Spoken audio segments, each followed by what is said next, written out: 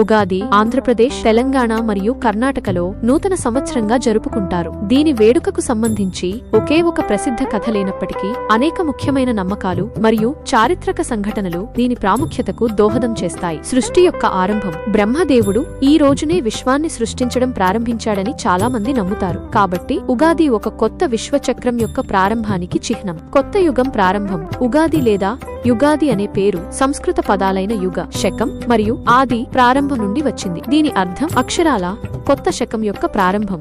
ఇది హిందూ చంద్రమాన కేలెండర్ ప్రారంభాన్ని సూచిస్తుంది.